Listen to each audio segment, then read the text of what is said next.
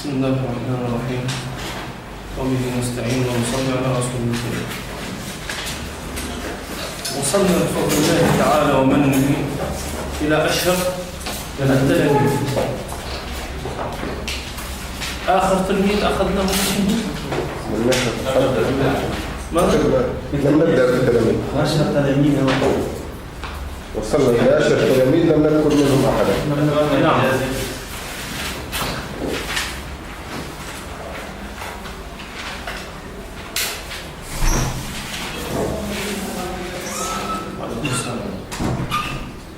من الإفريقيين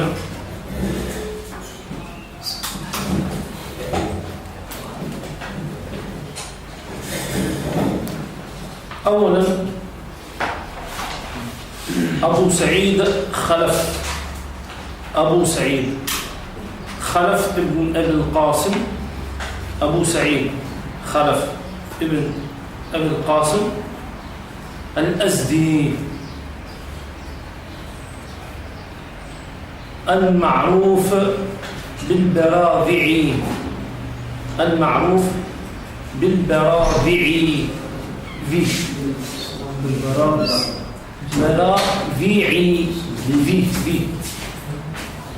الذال حرف الذال. الإفريقيين المراد الإفريقية. نعم. يعني إذا قيل من الإفريقيين عادة وإفريقيا أولا تونس، ثم المراد غالبا بالقيروان. ولكن لا يعني أنه يكون من غير القيروان. نعم. المعروف بالبراذعي بالذال، وهو من كبار فقهاء المالكية.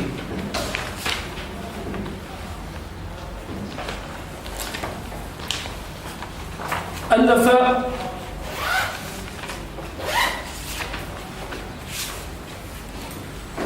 التهذيب والتمهيد.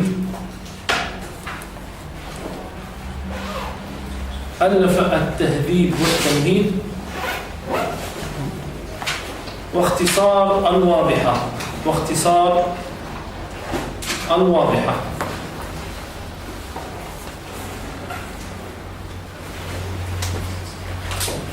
قال عنه عياض اترك 3 أسطر أو 4 ثم قال عنه عياض بين قوسين كان من كبار. اترك 3 أسطر أو 4 ثم قال عنه عياض كان من كبار أصحاب أبي محمد ابن أبي زيد وأبي الحسن القابسي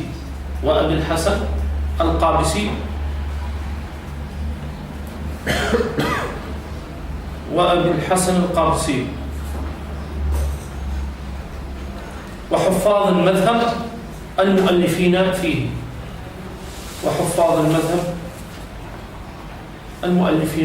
فيه. ثانيا من تلاميذه أبو بكر أحمد بن عبد الرحمن الخولاني القيرواني. أبو بكر أحمد بن عبد الرحمن الخولاني القيرواني القيرواني من أعلام المذهب في عصره. تخرجت على يديه طبقة هامة من الشيوخ.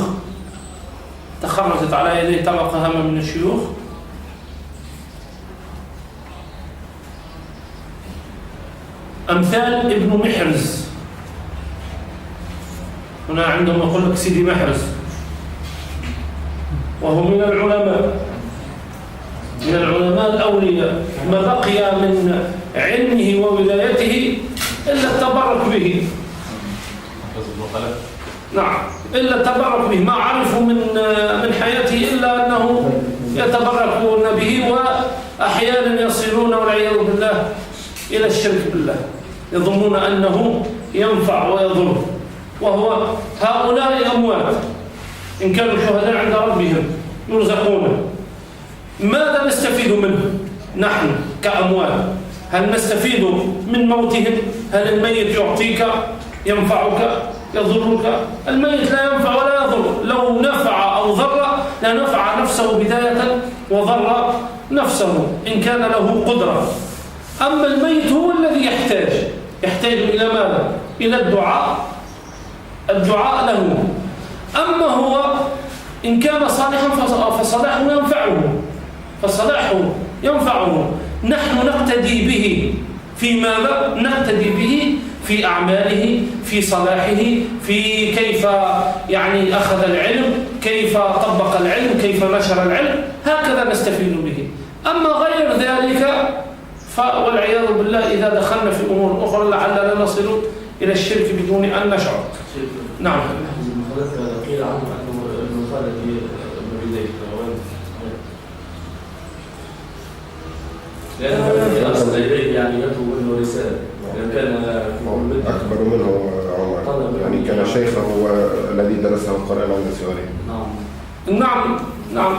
قال تدريس يعني كيف كتاب الرسالة عن الأطفال. نعم. فهذا الذي نستفيد من هؤلاء الناس ومن هؤلاء العلماء. نعم. من الشيوخ أمثال ابن محرز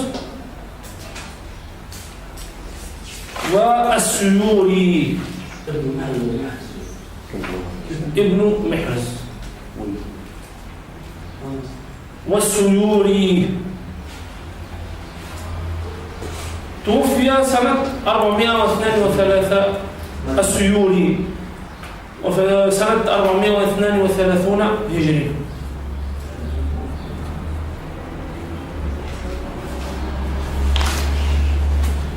ثالثا أبو القاسم عبد الرحمن ابن محمد اللبيدي.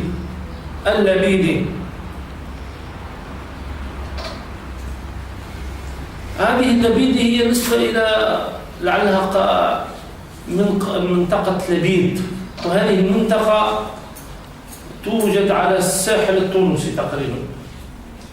منطقة لبيد التي هي توجد على الساحل التونسي، بالضبط أين لا أتذكر، أما هي منطقة من لبيد تسمى لبيد على الساحل التونسي. نعم. محمد اللبيدي الحضرمي القيرواني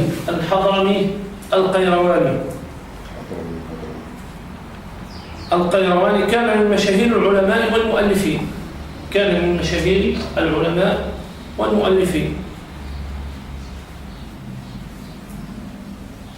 ينظم الشعر، وتوفي بالقيروان سنة 40 و400 للهجرة. سنة 40 و400.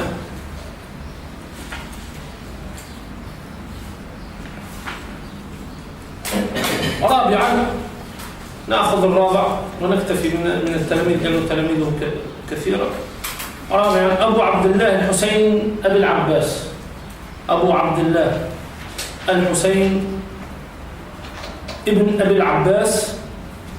أبو عبد الله الحسين ابن أبي العباس ابن عبد الرحمن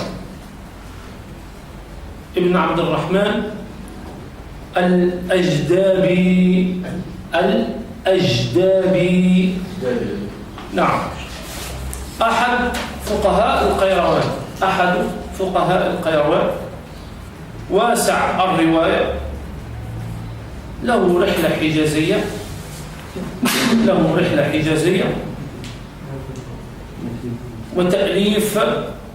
واسع الرواية، له رحلة حجازية وتأليف في مناقب بعض العلماء. توفي في السنة 32 و400 هجري. 32 و400 هجري. طبعا التلاميذ كثر، نكتفيها من من الإفريقيين نكتفي بهؤلاء الأربعة حتى لا نطيل عليكم. وإذا أردتم الوسع والاتساع في التلاميذ فارجعوا إلى تلاميذه، وكذلك نريدكم أن ترجعوا إلى هؤلاء التلاميذ وتبحثوا عن حياتهم تفصيليا. هل تستطيعون هذا؟ لا تستطيعون. لابد أن تفكروا أن تبنى مكتبة في هذه المدرسة. مدرسة بدون مكتبة كإنسان بدون ماء. هل تستطيع أن تسافر بدون الماء؟ فأنت تسافر في رحلة علمية بدون هذه المكتبة. لابد للطالب العلمي من البحث والتنقيب، لابد من طالب العلم من البحث والتنقيب، فلا بد من مكتبة حتى نعطيكم ونسند إليكم بعض البحوث التي تستفيدون منها. كم بقي لكم من سنة أخرى؟ 14 سنة. لا، دون هذه 14 3 سنوات أخرى. نعم. فنريد في خلال هذه السنوات أن تبنى هذه المكتبة وحتى نعطيكم بحثا لتخرجكم. فأنا أريد طالب العلم أن يبدأ بحثه قبل أقل شيء سنة ونصف من تخرجه حتى تكون مستفيدا. فهمتم؟ فتفكروا كيف تنشأ هذه المكتبة في هذه المدرسة. الآن نأخذ من علماء أهل المغرب، ومن أهل المغرب الآخرين عن ابن أبي زيد، ومن أهل المغرب الآخرين عن ابن أبي زيد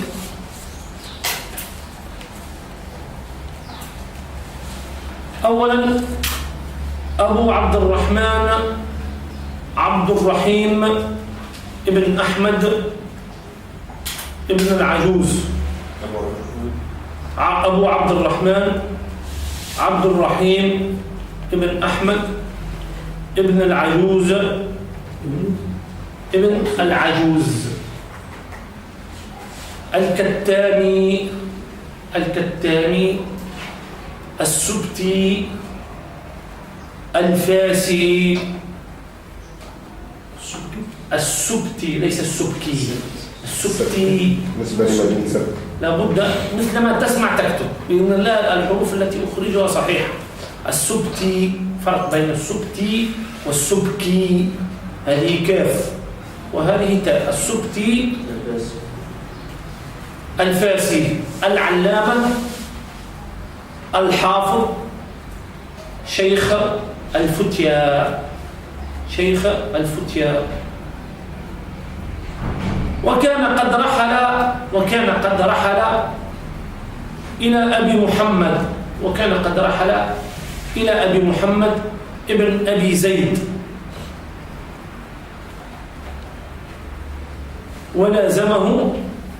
ولازمه وحمل عنه كتبه.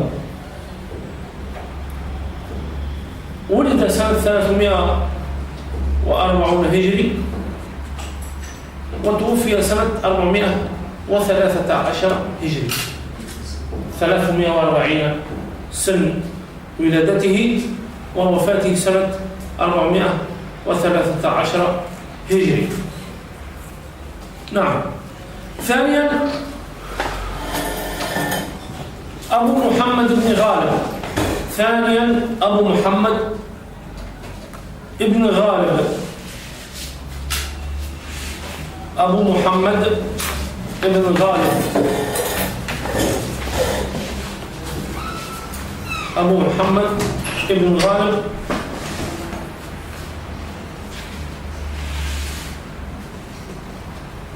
ثالثا ابن أحمد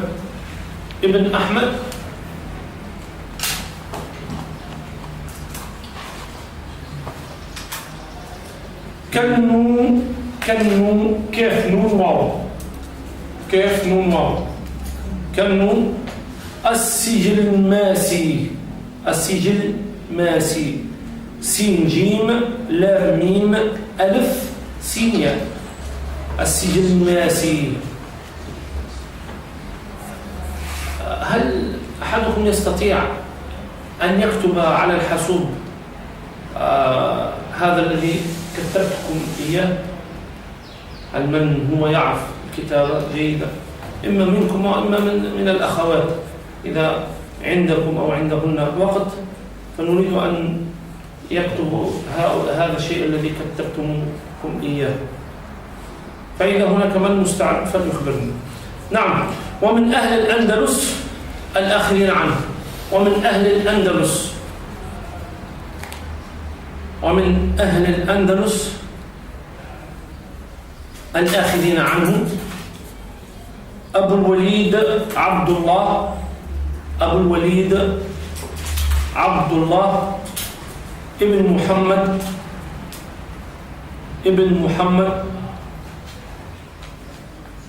ابن يوسف ابن نصر الأزدي. طبعا الابن تكتب بدون ألف يا جماعة، بين علامين. نعم. ماذا؟ الأزدي بالزي طبعا، الزين بالزاء، حرف الزاء، ليس الأسدي، الأزدي. المعروف بابن الفرضي، المعروف بابن الفرضي. هؤلاء من جماعة أهل الأندلس، المعروف بابن الفرضي، وهو المؤرخ الحافظ الأديب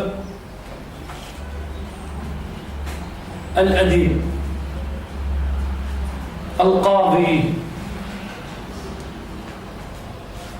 وكانت رحلته سنة 332 هجري، وهو صاحب تاريخ علماء الأندلس، 332 هجري، وهو صاحب تاريخ علماء الأندلس، وكتاب المؤتلف والمختلف،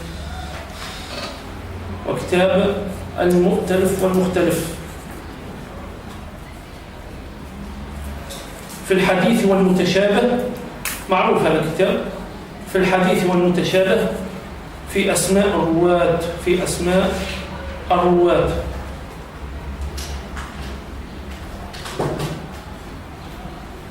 وكناهم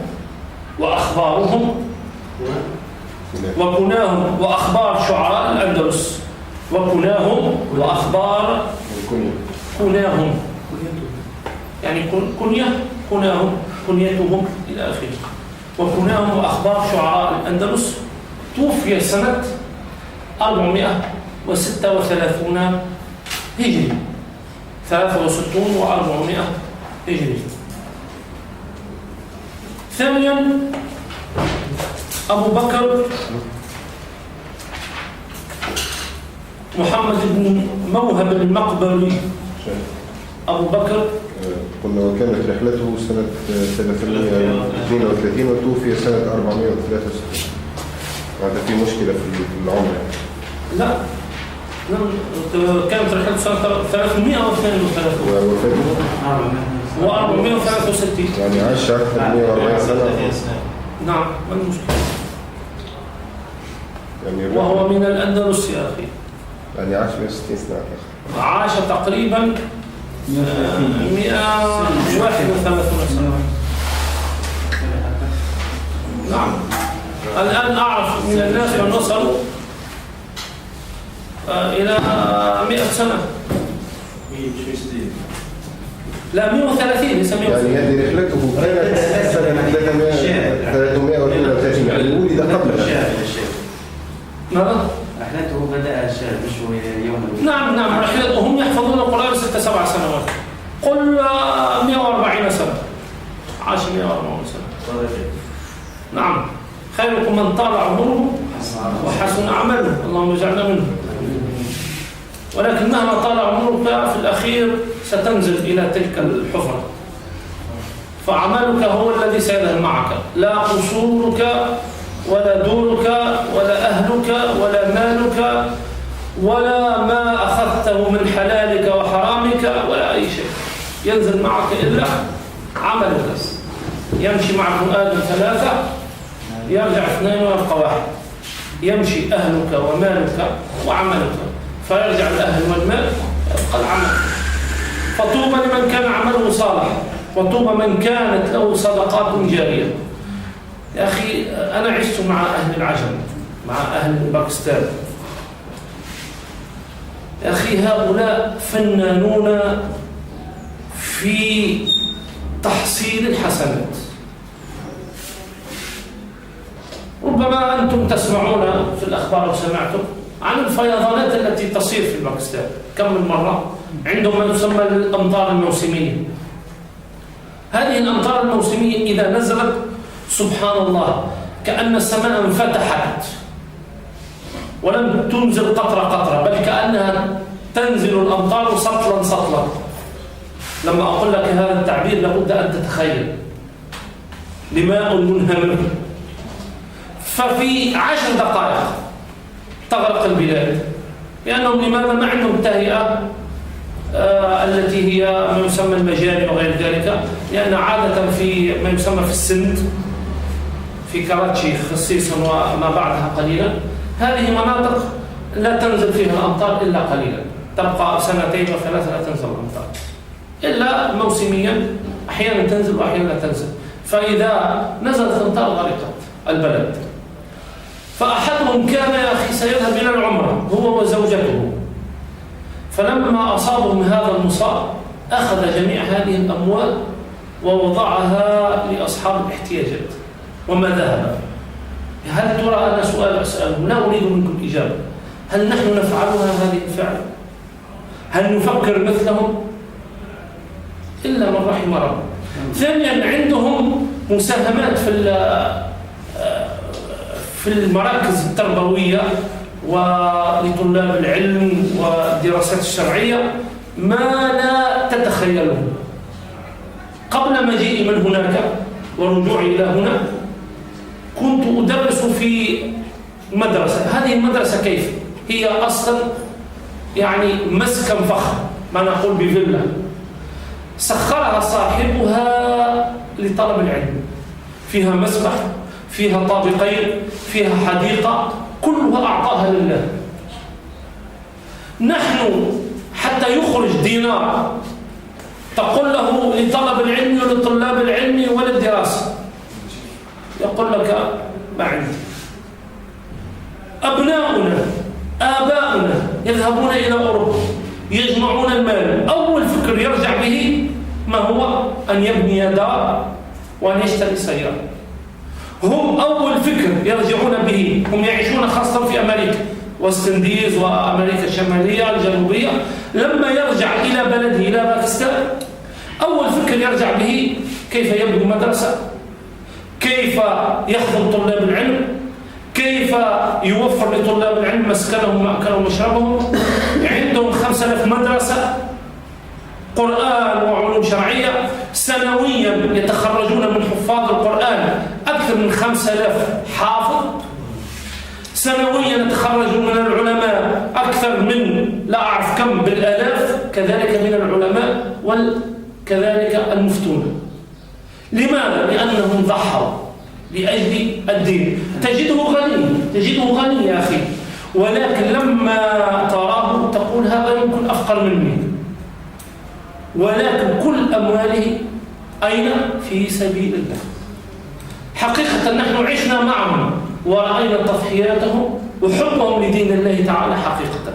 لما يقول لك أنا أطبق القرآن والسنة تراه حياة ليس شكلا. نحن موجود ولكن قليلا منهم، يعدون على الأصابع بل لا يتجاوزون الأصابع. فكيف يا أخي نحن نتفكر أننا أول شيء نفعله كيف تكون عندنا صدقات جارية. هذه الصدقة لا تكون أنك تدفع دينار و500. أنا لا أحقر الدينار ولا 500 ولا الأقل ولا الأكثر، ولكن هم تجار الآخرة مع الله سبحانه وتعالى.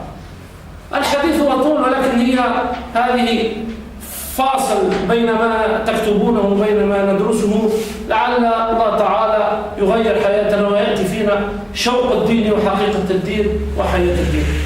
إذا توفي سنة 406 للهجرة رحمه الله، لا توفي سنة 463 هجريا رحمه الله. ثانيا أبو بكر محمد ابن موهب أبو بكر محمد ابن موهب المقبري التميمي القرطبي وقد أخذ عن شيوخ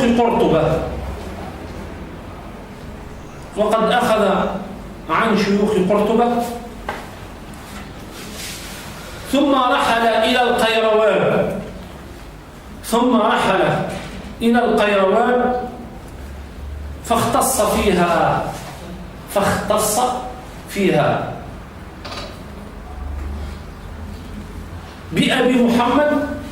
بأبي محمد وأخذ عنه وعن أبي الحسن القابسي توفي سنة 406 هجريا. شيخ نقول من هذا أن أبا الحسن القابسي وابن أبي زيد القيرواني رحمه الله تعالى كانوا في طبقة واحدة تقريبا في طبقة واحدة. نعم. توفي سنة 406 هجري.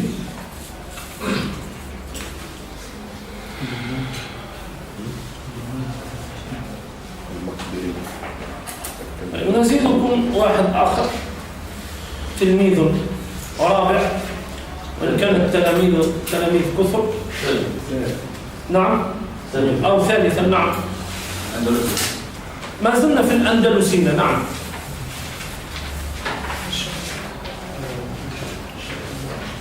أبو المطرف عبد الرحمن ابن هارون. أبو المطرف عبد الرحمن ابن هارون ابن عبد الرحمن الأنصاري المعروف بالقنازعي القرطبي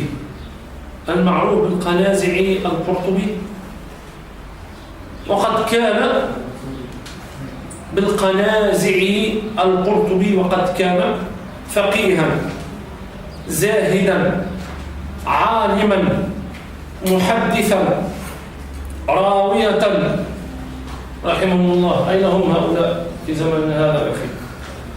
فقيها زاهدا عالما محدثا راوية لقي ابن أبي زيد في رحلته المشرقية وأخذ عنه تآليفه. لقي ابن أبي زيد في رحلته المشرقية وأخذ عنه تآليفه وأجازه. وله مؤلفات في التفسير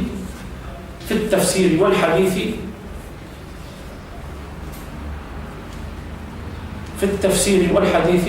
توفي حوالي سنة 413 هجريا بقرطبة.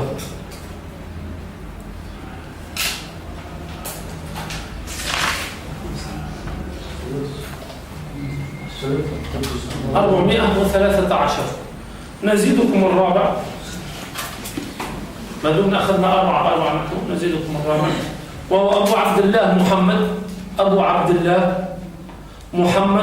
ابن يحيى. أبو عبد الله محمد ابن يحيى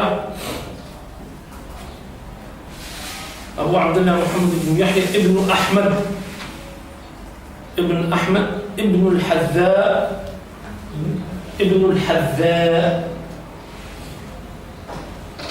الحذاء التميمي الإمام المحدث الخطيب حمل تآليف ابن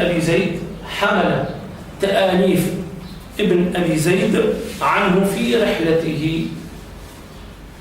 رحلته. له مؤلفات اهتم في بعضها بأحاديث الموطأ، في بعضها بأحاديث الموطأ ورجاله في أحاديث الموطأ ورجاله. توفي سنة 410 هجري أو بعدها، 410 هجري أو بعدها. نأتي إلى أخلاقه ومستواه العلمي. إذا نكتب أخلاقه ومستواه العلمي.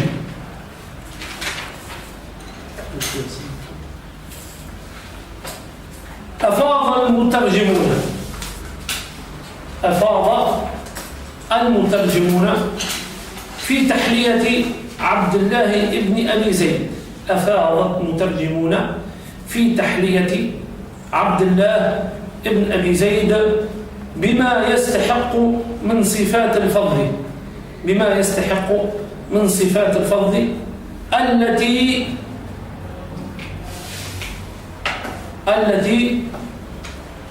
يصور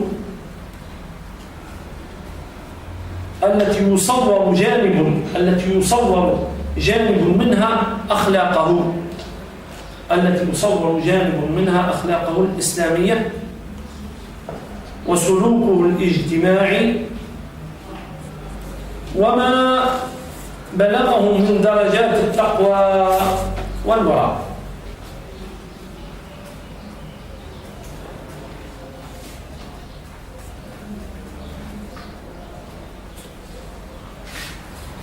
فمن الصفات التي تصور لنا، نرجع إلى السطر، فمن الصفات التي تصور لنا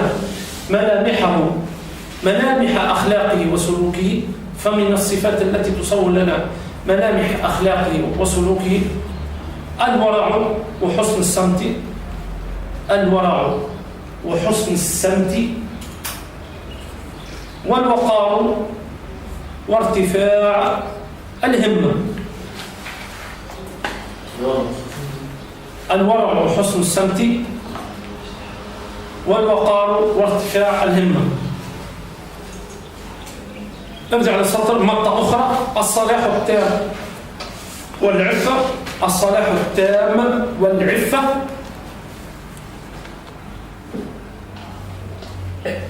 قال عياض: كان أبو محمد ابن أبي زيد من أهل الصلاح والورع والفضل. قال عياض: كان محمد ابن أبي زيد من أهل الصلاح والورع والفضل. ارجع إلى السطر منطق الخضوع للحق وتأييده. قال الداودي، افتح قوس، الخضوع للحق وتأييده. قال الداودي نقطتان، افتح قوس، كان سريع الانقياد إلى الحق، أغلق القوس نقطة. وارجع إلى سطر مقطع أخرى. الكرم وإنفاق المال في وجوه الخير ومساعدة الفقراء. الكرم وإنفاق المال في وجوه الخير ومساعدة الفقراء ومواساة المصابين. لابد يا أخي الداعي والعالم له صفات الكرم. إذا ما عندك صفات الكرم فابكي على نفسك.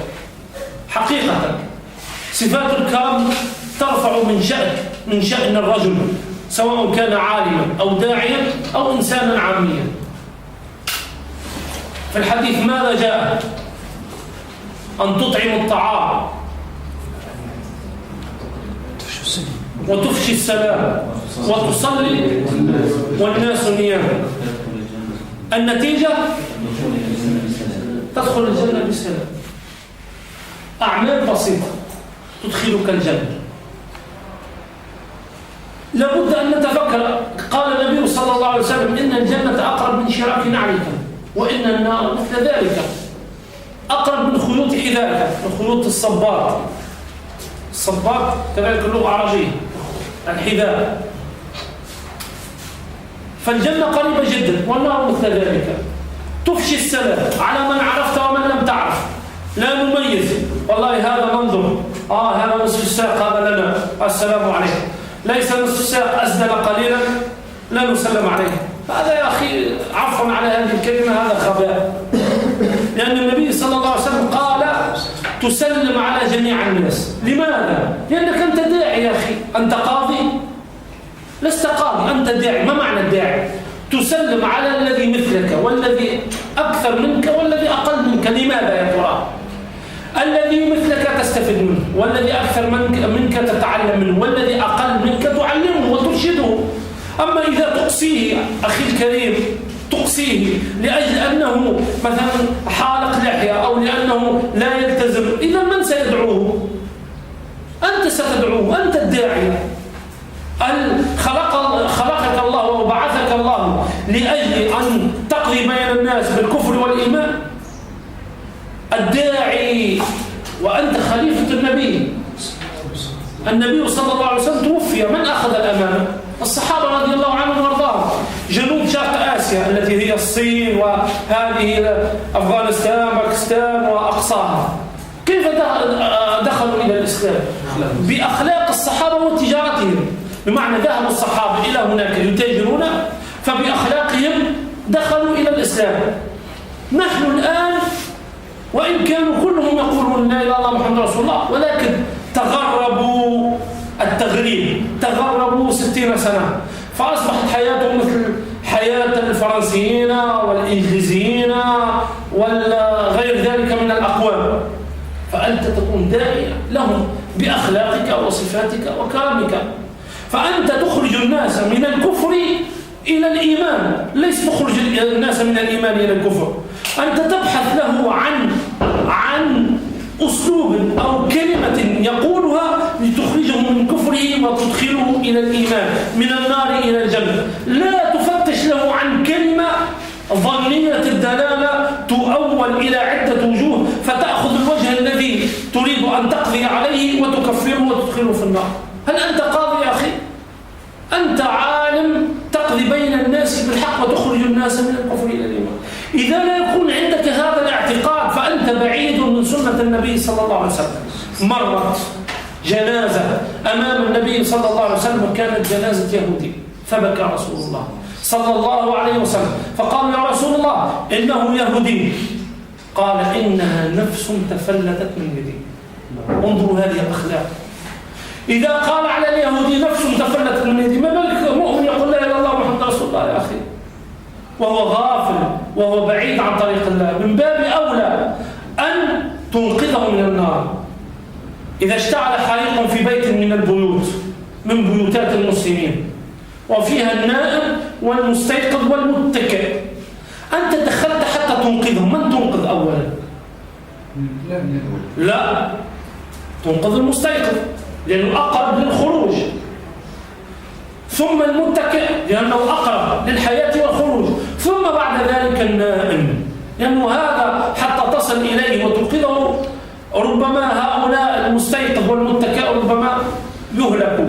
فأنت تنقذ هؤلاء أولا ثم تنقذه في الأخير. الأقرب فالأقرب أحسنت. كذلك الناس، هناك القريب وهناك الأقرب وهناك البعيد وهناك الأبعد، فتبدأ بالأقرب ثم القريب ثم البعيد ثم الأبعد. فهكذا دعوتنا إلى الله بالرفق واللين والإكرام. أنت يا أخي العزيز قطة لو تطعمها يوميا أو كلب كرم الله الجميع تطعمه يوميا يصبح يسكن أمام البيت، فما بالك يا أخي العزيز لو تكرم هؤلاء الناس الذين تريد أن تدعوهم بأخلاقك وإكرامك. والله ولا أتألى على الله لا يتبعنك إذا كنت متخلفا ويأتينك معك ولا يأتين معك، لأن الناس جبلوا على الإحسان يا أخي. الناس جبلوا على الإحسان بأخلاقك، حسن معاشرتك، تسلم على من عرفت وعلى من لم تعرف، ولكن أن تكون صبورا صبر الجبال. لما الله سبحانه وتعالى ذكر أفلا ينظرون إلى الإبل كيف خلقت وإلى الجبال كيف نصبت وإلى الأرض كيف سطحت، هي هذه مكونات الأرض لها معاني خاصة. الجمل خاصيته الصبر، فلا بد أن يكون المسلم المؤمن مثل هذا الجمل في صبره. أنت داعي سيسبك هذا ويشتمك الآخر وينقضك الثالث ويستهزئ بك الرابع ويدخل عليك الخامس ولست أفضل من النبي صلى الله عليه وسلم. فلا بد أن تصبر وتحتسب. فإذا صبرت واحتسبت فاعلم أنه في صحيفتك هداه الله ولم يهديه، جاء معك أو لم يأتي. لا تهدي من أحببت ولكن الله يهدي من يشاء. كذلك الجمل ما هي صفاته؟ الرسوخ. الجمل تجده يمشي والكلاب تنبح. ماذا يفعل الجمل إذا كثر عليه النباح؟ التفت برأسه رأى جماعة الكلاب تنبح ثم أدار رأسه وأتمم طريقه. صبر مع أنات مع رسوخ. وإن كان الحديث سيطول نرجع إلى كلامي لأن المسألة كبيرة وطويلة. نعم. إذن الورع وحسن السمت والوقار وارتفاع الهمة، الصلاح التام والعفة، ذكرنا الخضوع للحق وتأييده، ماذا؟ الكرم وإنفاق المال في وجوه الخير ومساعدة الفقراء ومواساة المصابين. نحن انطلقنا من هذه الكلمة، انطلقنا من المساواة ومساعدة الفقراء والمساكين. الشجاعة نقطة أخرى، ارجع إلى السطر.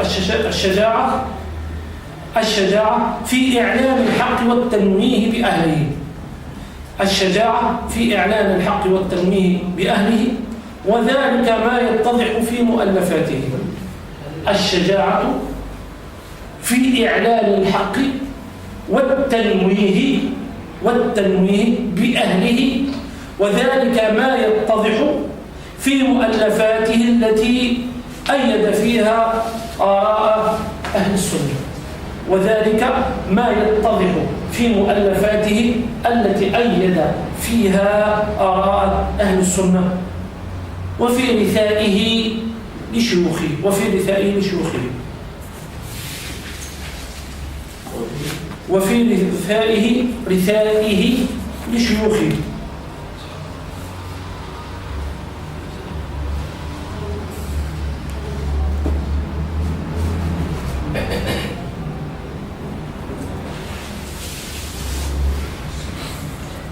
هذا وقد كان ابن أبي زيد زوجا مثاليا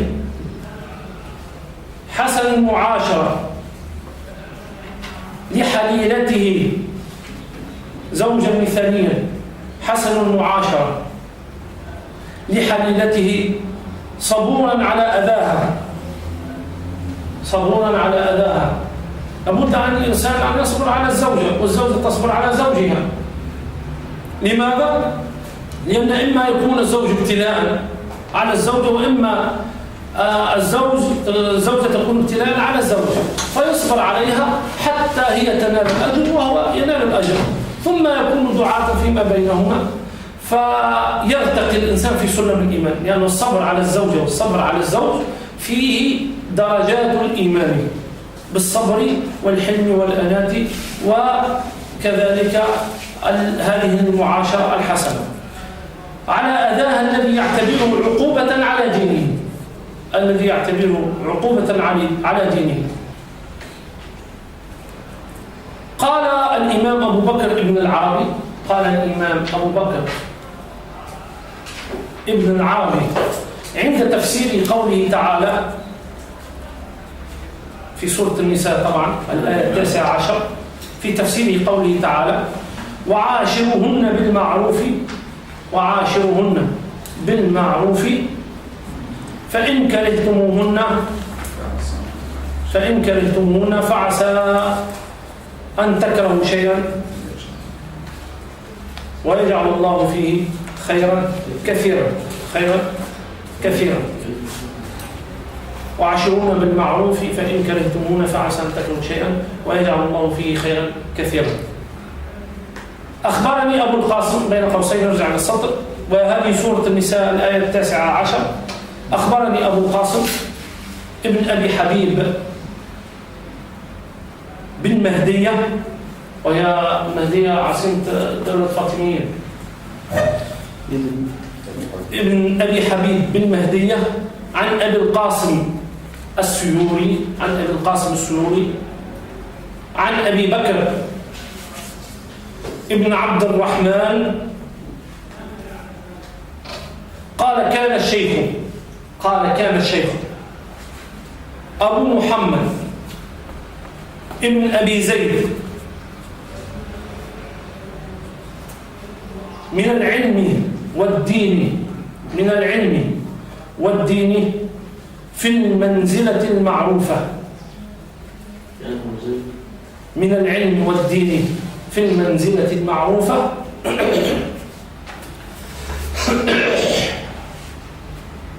وكانت له زوجة سيئة العشرة، ابتلاء من الله. نعم، وكانت له زوجة سيئة العشرة وكانت تقصر في حقوقه. ليس إذا قصرت في حقوقك تضربها، ما جعلت المرأة للضرب وإنما جعلت للإكرام، فإن قصرت فتصبر عليها. ولا كيف الإنسان كما قال عليه الصلاة والسلام يعني يضرب الإنسان زوجته ثم يأتي آخر الليل ويضاجعها، يعني عبارة على ما يسمى عكس وضد العكس واتجاهان متعاكسان، مثل هذا المغناطيس، طبعا المغناطيس مقلوب تريد أن تركبه ولا يركب، فكذلك تجلدها جلد البعير في النهار وفي الليل تضاجعها. من أين هذه المحبة يا أخي؟ ليست هناك محبة بهذه الطريقة. حتى فاضربوهن يعني الضرب يعني هو علامة الضرب.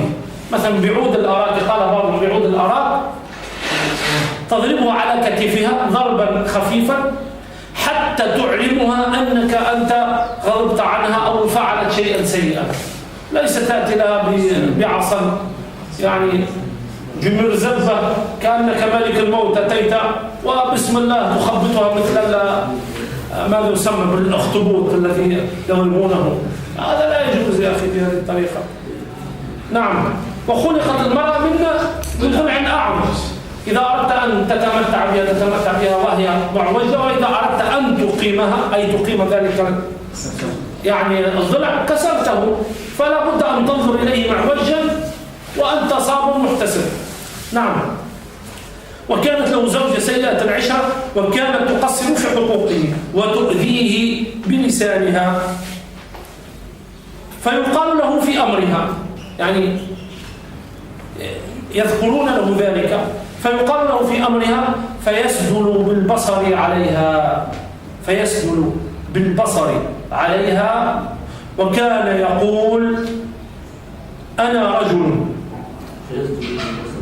فيسدل بالبصر عليها وكان يقول أنا رجل قد أكمل الله علي النعمة في صحة بدني ومعرفتي.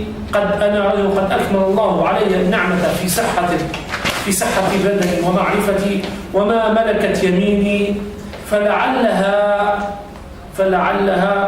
بعثت عقوبة على ديني. انظروا الناس الذي يفكرون يا أخي. فلعلها بعثت عقوبة على ديني فأخاف إذا فارقتها أن تنزل بي عقوبة هي أشد منها. فأخاف إذا فارقتها أن تنزل بي عقوبة هي أشد منها. وهذا ذكر هذا التفسير كذلك في أحكام القرآن. إذا أردتم الاستزادة والمزيد فارجعوا إلى أحكام القرآن وغيره من الكتب. نأتي إلى وفاته ورثائه، نقول وفاته ورثاؤه ونقف إلى هنا. وما بقي من سيرته وحياته كتابة إلا القليل، فهو مغمور بالحسنات ومغمور بالمؤلفات والتلاميذ والشيوخ، ولكن الوقت إذا ضاق اتسع. نكمل إن شاء الله في حصة قادمة ما تيسر من الكتابة، وبالله التوفيق والحمد لله رب العالمين.